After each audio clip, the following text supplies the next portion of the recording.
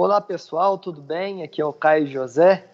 Eu estou mais uma vez no canal do René Monterrey e dessa vez o tema que apareceu para a gente conversar é colégios iniciáticos, a iniciação.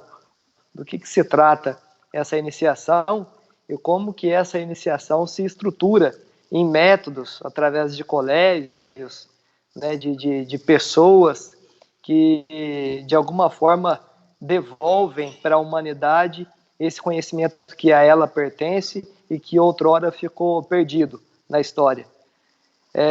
Eu estou aqui como representante do projeto Folhas Soltas, para quem quiser conhecer, @Folhas Soltas com um S só no meio, no Instagram, e lá vocês acompanham o trabalho que a gente desenvolve a respeito de cultura, de filosofias, de arte. Tá? A gente está numa fase de transição, a gente compartilha bastante material, então espero vocês lá. E também tem aqui o anfitrião do canal, né, o René Monterrey, que é terapeuta, trabalha com astrologia kármica e ele também deixará seus contatos no final para quem se interessar em conversar com ele. Então, algumas palavras iniciais, René? É só agradecer como sempre a presença de todo mundo e vamos lá, né? Vamos falar a respeito do nosso tema, que é um tema bastante interessante, como o Caio disse, a respeito das iniciações, das ordens, dos colégios. Eu acredito que vai ser Legal. de interesse de todos. Então, muito bom. Vamos lá. Para a gente falar sobre colégios iniciáticos, sobre iniciação, a gente precisa recorrer à contextualização histórica, o porquê que foi necessária a criação de um método iniciático.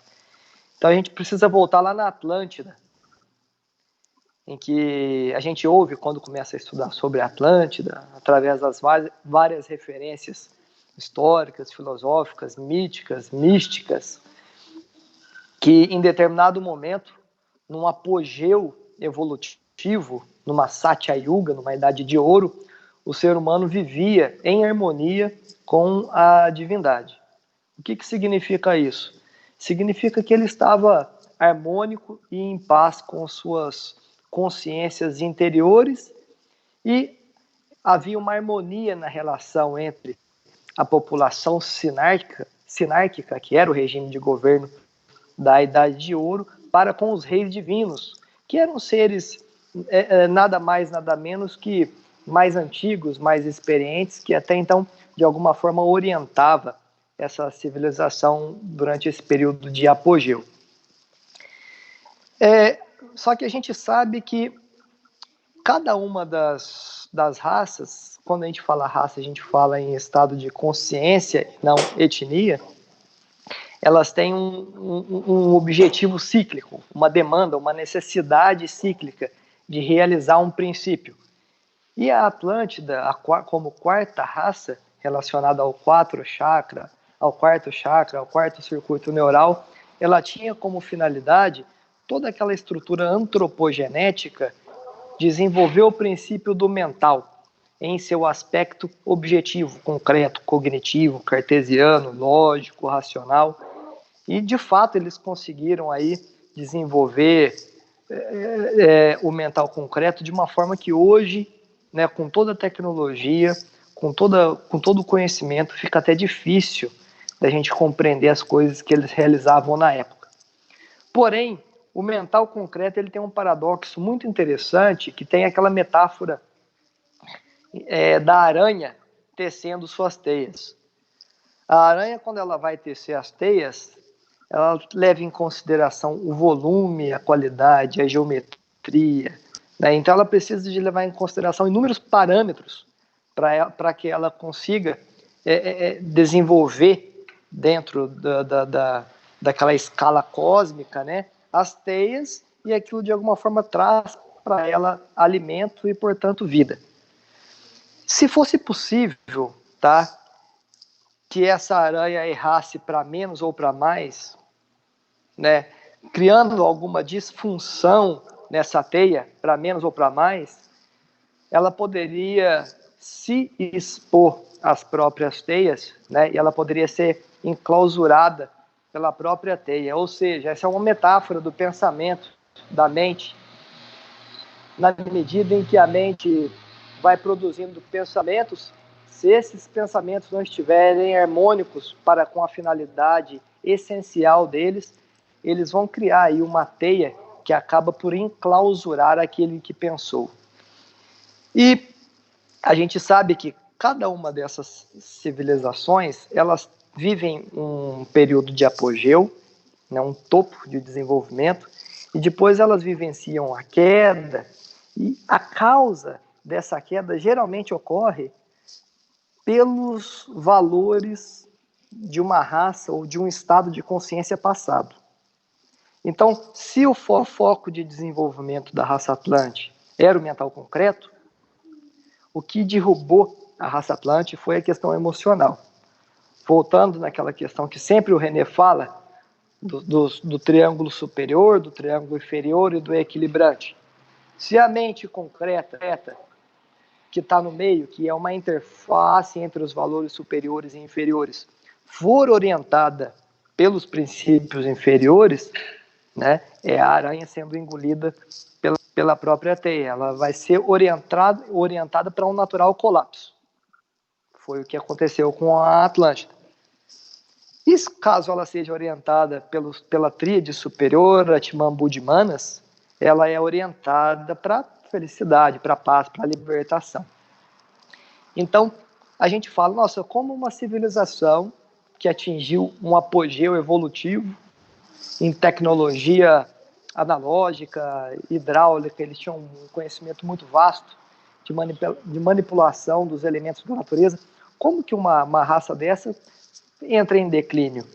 É porque conhecimento não diz respeito diretamente à sabedoria. Então, apesar deles terem um aparato mental concreto muito sofisticado, muito desenvolvido do ponto de vista orgânico, esse aparato ficou a serviço dos eflúvios inferiores, do emocional. E a serviço desses valores inferiores, eles criaram todo um conflito social, uma situação de desequilíbrio, uma guerra, vamos dizer assim, né? E esse enclausuramento mental cria, de certa forma, também uma desconexão com o princípio interior, superior, a divindade. Então a gente pode dizer que eles perderam o contato para com a própria divindade e, por consequência disso, eles rompem a relação com o divino, né? Com o divino que até então orientava eles nesse princípio de sinarquia, que era o regime da época. Esse desequilíbrio, tá? Ele gerou a consequência de inúmeros cataclismos que fez ao longo de milênios a Atlântida ir afundando aos poucos. Porém, os sacerdotes, os iniciados, os adeptos, os seres mais próximos da divindade, os conscientes que já sabiam o que ia acontecer, eles de alguma forma preservaram todo aquele conhecimento que foi obtido. E depois que a poeira baixou, né, desses milênios de declínio, eles começaram a se estruturar em forma de colégio iniciático para que então, através de ritos, de yogas, eles pudessem devolver homeopaticamente esse conhecimento para esse povo a qual esse conhecimento pertence. Porém, esse processo precisa acontecer de forma homeopática para que a gente não caia no mesmo erro. Muito conhecimento e pouca consciência, pouco caráter para o manuseio do conhecimento. Então, eu creio que essa contextualização histórica e filosófica que eu fiz é mais ou menos uma introdução do que seria a causa, né, da estruturação dos colégios iniciáticos, a organização das liturgias, a metodologia da iniciação, para poder preservar o ser humano de suas próprias nidanas, suas próprias tendências negativas em relação a esse conhecimento. Não é por aí? É, por aí, né? O, o mito da Atlântida, ele é muito rico. Então, aquela questão da Idade de Ouro, onde os reis divinos estavam na Terra, governando, junto com as hierarquias, todo mundo em corpo físico, e o homem em perfeita harmonia com isso e sendo orientado, né? O que acontece? A questão da raça anterior, né, não resolvida, na raça anterior ocorreu a chamada queda, a chamada queda dos anjos, onde a questão emocional acabou não ficando desenvolvida como ela deveria de ter ocorrido. Isso vai acabar repercutindo na Atlântida, né, no momento, num determinado momento, conforme aquela questão dos circuitos neurais, quando você pensa em dar um passo adiante, chegou no ápice de alguma coisa, mas aquilo que ficou para trás não foi resolvido, então aquela sombra ela se ergue como se fosse uma gangorra, né, para que naquele momento é o momento em que vai ocorrer uma grande iniciação, uma iniciação verdadeira, né, de superação do umbral, tudo, para que haja a mudança de estágio. Então, o mito da Atlântida, ele, com a questão da Idade de Ouro, ele acaba sendo... ele vai dizer assim, por exemplo, o mito da Atlântida, o homem mata a divindade. Ele mata a divindade que está fora, e em decorrência disso, ele é obrigado a procurar a divindade que está dentro. Então tudo se interioriza. A partir do momento que a divindade do lado de fora desaparece, tudo se interioriza. Então esse próprio centro espiritual, de onde derivam as ideias, derivam a sabedoria, ele acabaria se interiorizando na Terra, né? E o homem é obrigado a buscar dentro de si também. Por quê? Né? Porque num determinado momento, é, o homem tem que se tornar divindade. Não mais uma divindade do lado de fora falando assim, você tem que fazer isso, você tem que fazer aquilo, vem para cá, vem para lá. Né? Quando o homem ele sai do estágio infantil e ele começa verdadeiramente a assumir o seu destino. Então ele vai ter que ele mesmo ser suporte daquela divindade. Se ele quer ou ele almeja que uma divindade oriente seus passos, ele vai ter que despertar aquela divindade dentro de si. Ele vai ter que dar o suporte para aquela divindade, para que aquela idade de ouro, né, que na Atlântida ela acontece meio de fora para dentro, né? No final das contas, ela vem acontecer de dentro para fora. E aí, no momento em que isso aconteça, aí sim ela é verdadeiramente implantada. Com a questão da Atlântida, então aquele simbolismo de comer os reis divinos, né? A gente já comentou aqui, né? Estabelece-se um pacto com a divindade através de rituais, de um ato, né? Um momento teofágico, então eles engolem a divindade. Né? Então, isso daí passa a ser o começo das Eucaristias. Né? As Eucaristias, qual é a função das Eucaristias? A função das Eucaristias é despertar a divindade que existe dentro de cada um. Então surgem os colégios aí. Os colégios eles vão pegar e vão, através de ritos, através de provas, então a pessoa tem que provar que ela é bem intencionada, que ela almeja a verdade, né, as provas, os juramentos, tudo aquilo, né, que ela é digna do conhecimento que ela vai receber, ou que ela almeja.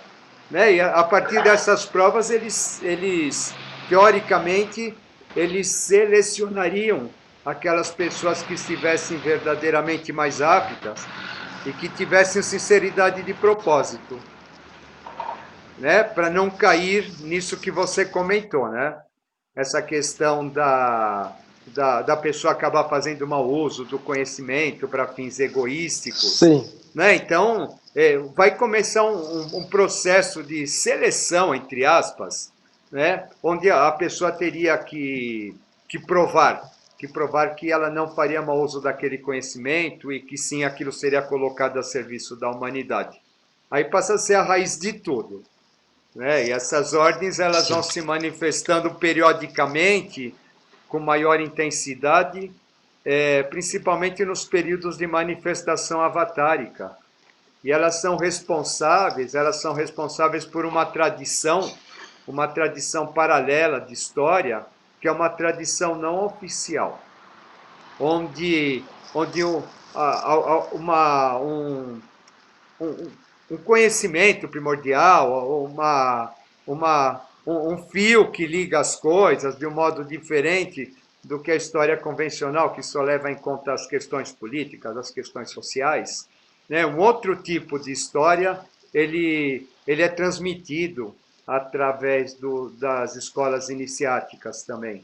Então, elas têm um papel muito importante na história, porque, como a gente viu, na Idade Média tem o incêndio, né, a Biblioteca de Alexandria, aquela questão da Inquisição toda, né? Não fosse a tradição paralela trazida pelas escolas iniciáticas, não teria sobrado quase nada para a humanidade.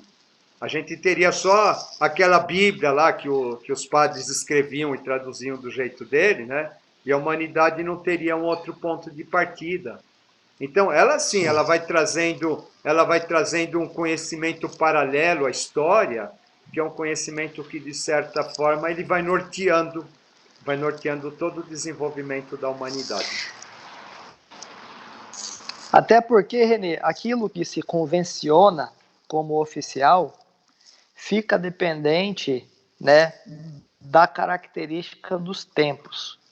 E os tempos mudam, se ressignificam, né, se conspurcam.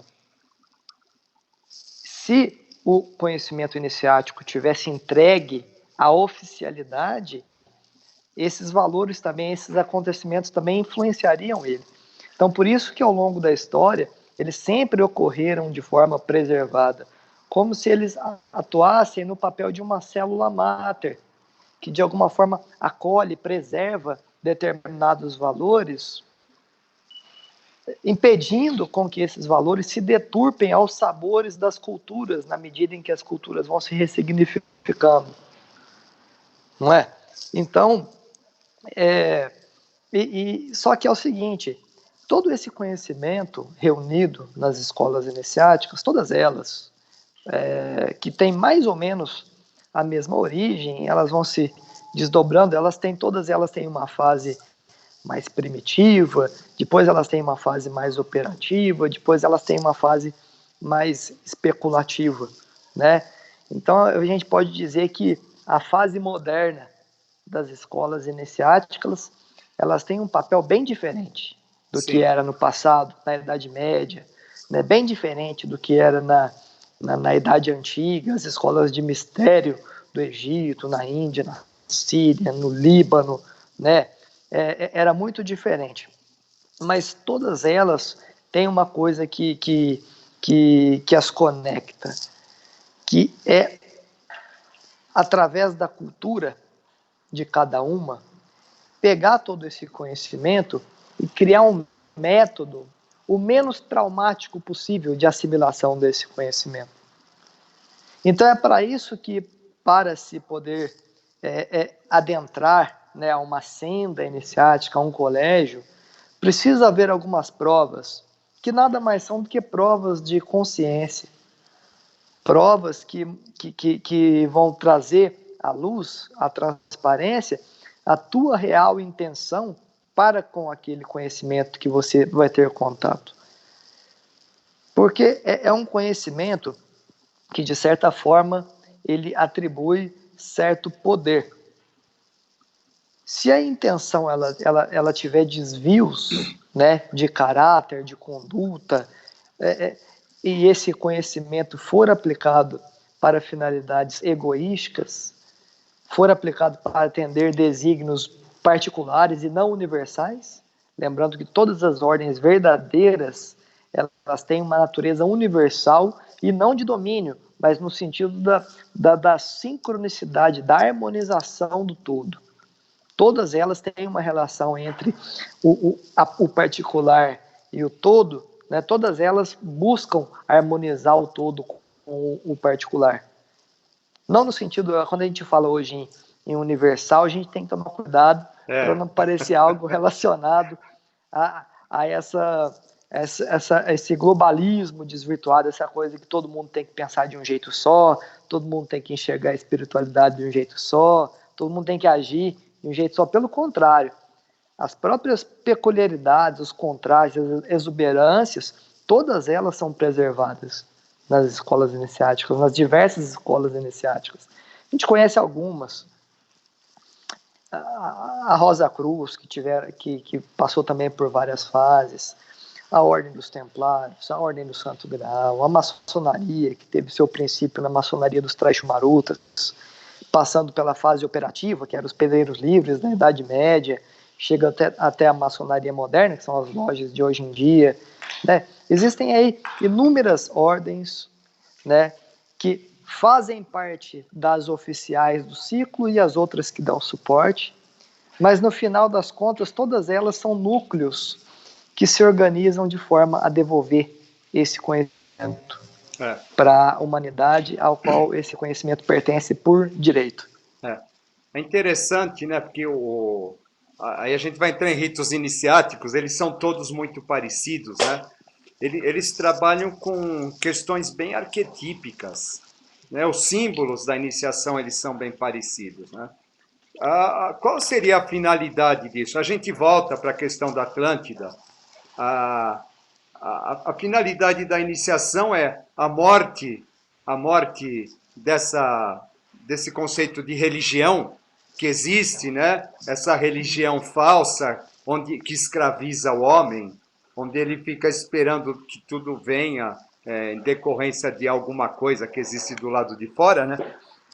Então existe essa morte desse ser que num determinado momento ele passa a assumir o controle da própria vida e ele vai iniciar o processo de construção do seu próprio Deus interior.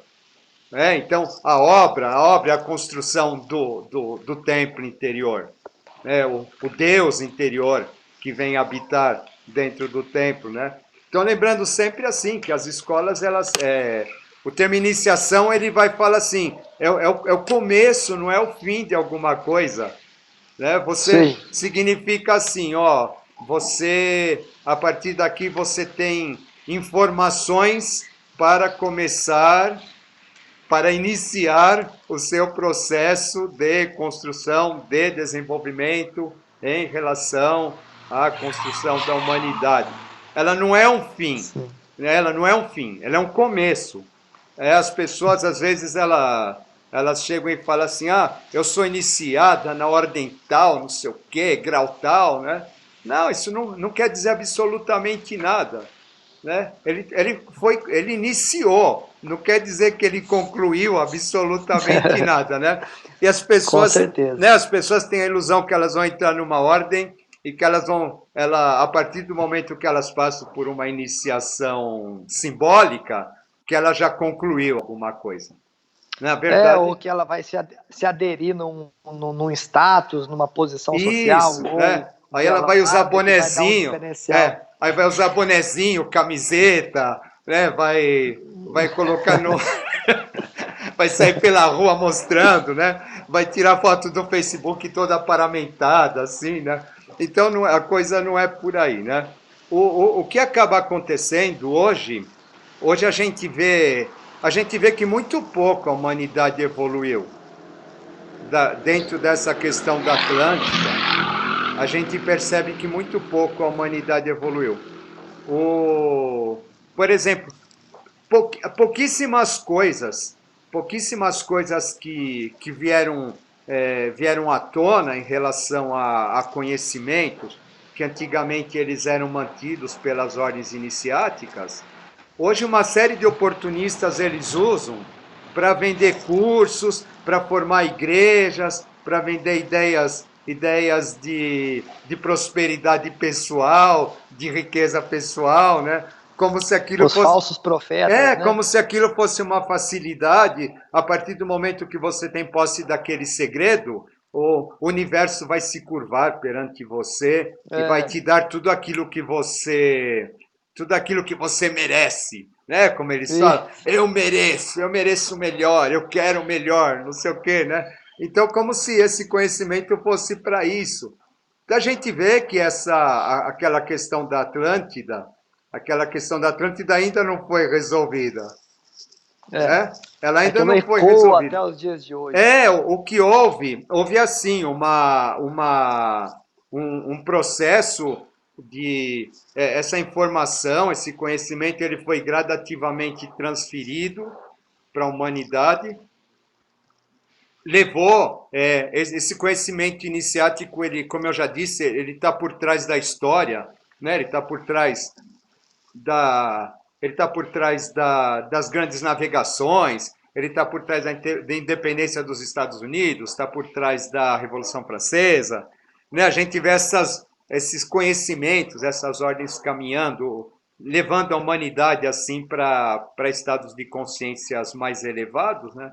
Mas a partir do momento que elas vão esse conhecimento vai sendo disseminado, é como se ele fosse sendo distorcido novamente e as pessoas vão pegando para fins egóicos. Né? Sim. Aquela questão lá aquela história, na hora o quinto portal, né, o quinto estágio, que seria o verdadeiro, o caminho do processo de iniciação, que é quando você se conecta com a tríade superior, né? Nessa hora vem o emocional te rouba isso novamente, né? E você vai chegar lá e não vai conseguir realizar pensando que está realizando, né? Pensando que porque você tem o conhecimento disso, daquilo, né? Eu já ouvi coisas absurdas, sabe? Gente que não, É. eu pronuncio o mantra tal e pronunciando o mantra, o congestionamento se desfaz na minha frente, né? Eu uso da mentalização tal para conseguir uma vaga no estacionamento do shopping na porta, né? Então assim, como se o conhecimento iniciático ele tivesse essa finalidade de Mesquinha. mesquinha, né, de satisfazer os nossos caprichos para que a gente possa mostrar para os outros que a gente é poderoso, né? Então, o que acontece disso, né? Que é a grande etapa da iniciação. Simbolicamente, toda a iniciação ela começa por um processo que está associado a uma câmara escura, ela está associada a uma ideia de morte, né? Ou seja, né, Sim. existe um processo de morte real, né, um processo de confrontação com a morte, que é extremamente necessário para que ocorra essa iniciação de modo efetivo e não do modo simbólico. Só que perante isso as pessoas fogem, né? A morte desse ego, talvez, esse ego inferior que quer poderes, é, que autoridade, que reconhecimento, né? Tudo isso daí tem que morrer, né? Algumas ordens, simbolismo de entrar nu, né? Despir-se, né? Significa se despir de todos esses valores e adentrar Profanos. e adentrar num outro plano de consciência, ou aquela questão da associação ao momento do nascimento, né? Ou até a associação entre o santuário como sendo útero, na verdade é o útero da Mãe Sim. Terra, né? A conexão com o plano netuniano lá em cima, a conexão com algo muito superior do que aquilo que o homem imagina, né? Mas É, para isso ele tem que ralar, e ninguém quer ralar. Hoje o pessoal quer coisa pronta, né? E não é assim que funciona. quando, quando o pessoal se adere a um colégio e vive ali a sua iniciação simbólica, Isso não significa necessariamente que esses valores da iniciação vão ser realizados na sua alma. Eu diria que a iniciação, ela imprime determinados valores que ficam de forma latente na alma. Mas para que esses valores se realizam, haja trabalho no dia a dia, né? Então, essa morte simbólica que é vivenciada nos portais, né, de todas as escolas, no sentido de abrirmos mão do condicionamento da personalidade, né, daqueles valores que compunham a nossa personalidade ou o nosso eu inferior, persona, né, a máscara ou o canal por onde ecoa o som, a nossa sonoridade da persona, da personalidade, para que tudo isso, toda essa roupagem fique pendurada do lado de fora, no cabide, e você entre desnudado, né, com aquela característica da translucidez da sua alma, para que esse encontrar percussão, encontrar uma, né, esses valores precisam se repercutir, porque em muitos casos essa vivência simbólica ocorre, mas sem o trabalho posterior, isso morre como semente. É uma semente que não encontra condições no solo para poder se desabrochar numa flor ou numa planta qualquer, né? Então, o trabalho, a iniciação é o início das passadas, né, da caminhada no sentido do trabalho consciente, né? Não trabalho no sentido da produtividade, mas no sentido da lapidação da alma. Então, quando a gente fala em iniciação, a gente fala também em trabalho da alma, né? Porque ao trabalhar a alma, os efeitos dessa harmonização se somatizam no físico, regulando o sistema endócrino, e a alma em harmonia com o corpo físico, né, com o soma, ela cria uma ambiência perfeita para a manifestação dos valores superiores do espírito. O espírito, ele é perfeito por natureza.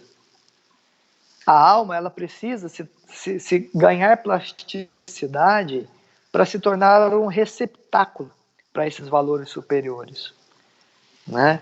Então, como a iniciação diz respeito ao trabalho da alma, para que a alma sincrônica com o corpo, com o sistema endócrino, os centros de força, tenha ali a ambiência de um receptáculo para que os valores espirituais possam se manifestar nos orientando, a gente precisa levar em consideração os 9 aspectos da alma, que de alguma forma se complementam com os 8 passos de Patanjali. Então a alma, em seu aspecto trino, ela se divide em emoção, inteligência e vontade.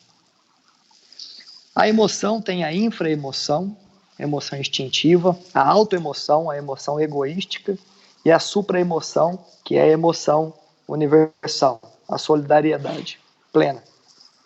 Então a inteligência tem a infra ou pré-inteligência, que é a inteligência instintiva, a inteligência reflexa, a autointeligência, que é a inteligência centrípeta, a inteligência do ego, né, a inteligência voltada para si, e a suprainteligência, que é a inteligência altruística, voltada para fora, para o outro, para o todo. E a vontade, que é a força da ação, ela também tem a pré-vontade, que é o domínio da ação, né, dos instintos, do corpo físico, né? O exemplo de pré-vontade são os faquires, né, que conseguem andar sobre pregos, colocar fogo no corpo sem queimar. Então eles têm alguns domínios que configuram a realização da pré-vontade. A auto-vontade, que é a vontade voltada para si, e a supravontade, que é a vontade universal, vontade de realização para o todo. Esses 9 subaspectos relacionados aos 3 aspectos, eles precisam estar completamente em sincronicidade.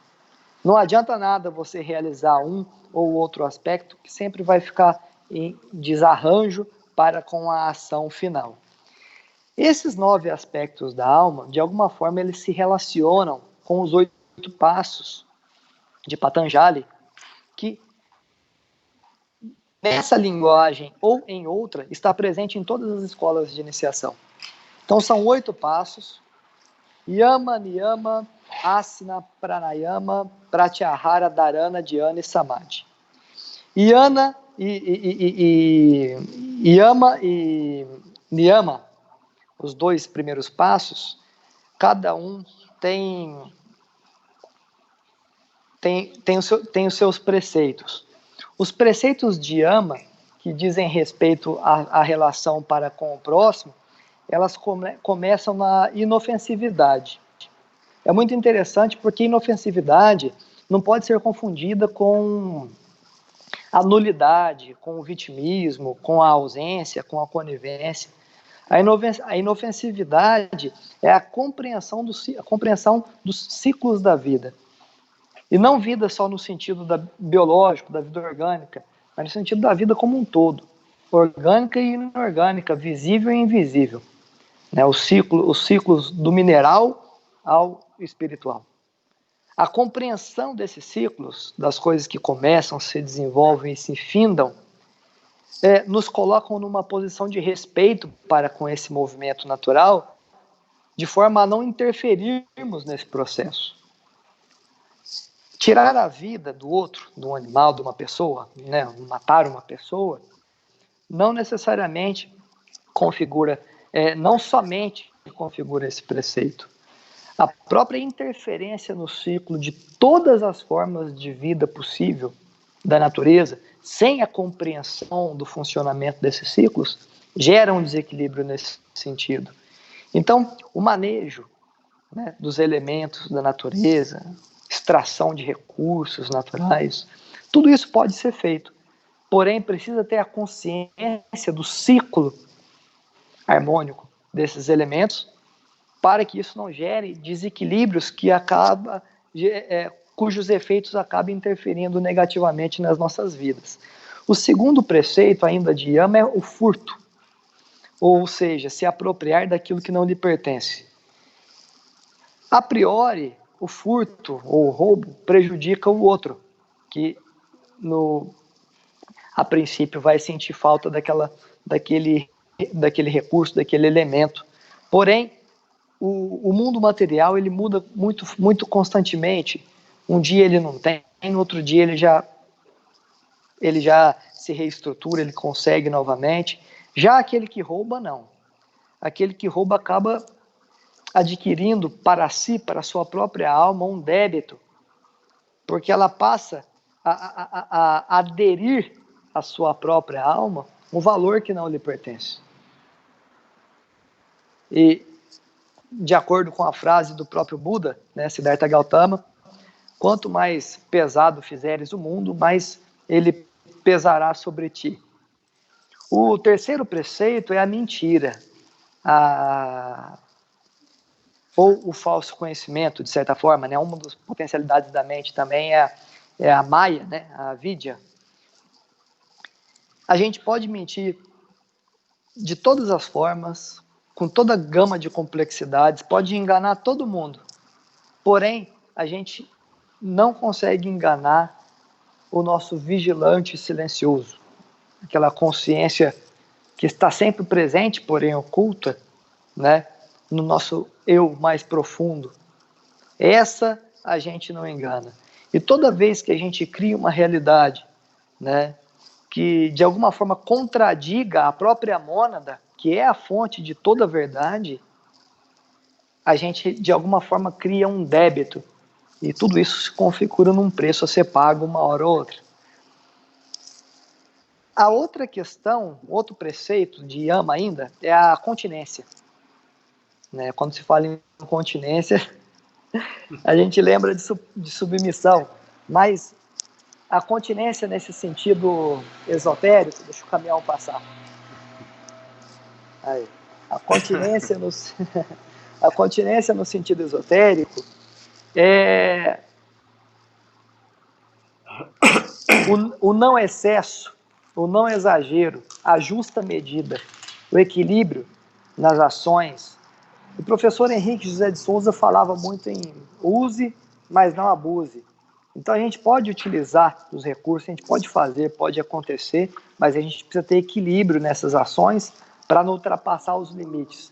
E quem determina esses limites? A nossa própria consciência. Mas quando essa consciência está alinhada com o eu superior e quando não? Né? Não existe receita para isso, cada um descobre a partir da sua própria caminhada. Né? E todo mundo vai pagar o preço a partir do quanto a gente consegue se enganar ao longo da vida. Deixa eu ver se eu estou esquecendo de alguma. O desapego. Hoje em dia, quando se fala em desapego, muito se confunde, né? A negação da matéria, a negação de bens materiais, etc. O desapego é um bom relacionamento com a matéria. É a boa utilização, né, da matéria para as finalidades que lhe são devidas. E não a negação da matéria. A negação da matéria cria, inclusive, um desajuste com o espírito. Lembrando que a matéria é o espírito cristalizado, enquanto o espírito é a matéria volatizada. Né? Então, esses preceitos são os que configuram o yama. Depois tem o niyama, que diz respeito ao primeiro preceito, a purificação. Purificação começa pela física, asseio, higiene, hábitos saudáveis, alimentação, atividade física, disciplina. E também o asseio, o regime da alma, aquilo que se consome, que se assiste, que se ouve, aquilo que se envolve, aquilo que se aspira ao longo da vida. Tudo isso faz parte da purificação, que ela tem seu aspecto interno e o seu aspecto externo e material. O contentamento e a serenidade é muito interessante. O descontentamento é quando em nossa alma... O descontentamento é quando em nossa alma está presente inteligências que exigem coisas para além do que ela necessita. Isso gera o descontentamento. E a serenidade lembra uma frase muito interessante que o que importa não é o que acontece na nossa vida, mas sim a forma como a gente reage às coisas que acontecem. Então a serenidade é uma postura não reativa perante as coisas, que envolve também os outros preceitos já citados anteriormente. Então, esses, né, são os preceitos de niyama. E esses configuram os dois primeiros passos de Patanjali, e o terceiro passo é asana, que é a postura, as posições físicas que dizem respeito ao controle físico, controle do metabolismo, imunológico, metabólico, motor, né, proprioceptivo, dos movimentos, né, os asanas, as posturas do yoga. Depois a gente tem também o pranayama, que é o equilíbrio da respiração, em todas as suas variantes, a respiração iniciática, que a gente conhece nos colégios iniciáticos. Depois temos pratyahara, que é o acalmar da mente, a diminuição dos vítres, aqueles turbilhões, aqueles vórtices de matéria mental que não conseguem deixar a nossa mente tranquila, para a gente ter a clareza na hora que a gente vai objetivar um pensamento.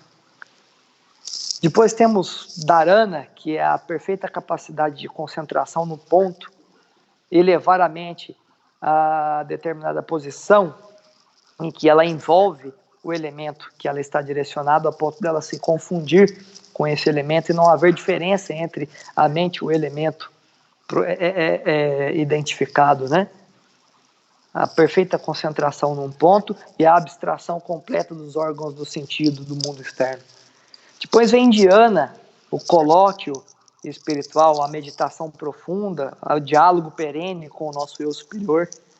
E depois vem samadhi, samadhi como a contemplação do absoluto êxtase espiritual. Todos esses valores são interdependentes e são valores que precisam de inúmeras vidas para serem trabalhados, e todos os colégios iniciáticos, de alguma forma, com um ou outro método, margeiam esses valores, no sentido de nos reconectar com nós mesmos, a ponto de que a gente tenha acesso novamente a um conhecimento que outrora foi natural no meio da sociedade. Pessoal, meu telefone ligou, preciso levar meu pai no médico, estou cuidando do velhinho, e o Renê, ele vai continuar aqui. Bom, ainda vou ser que nem o Caio, ainda vou conseguir guardar tudo isso, tá? É importante a gente lembrar que os colégios, todas as escolas, os grupos que propõem uma iniciação, todos eles nos propõem uma disciplina, eles nos propõem um trabalho interior.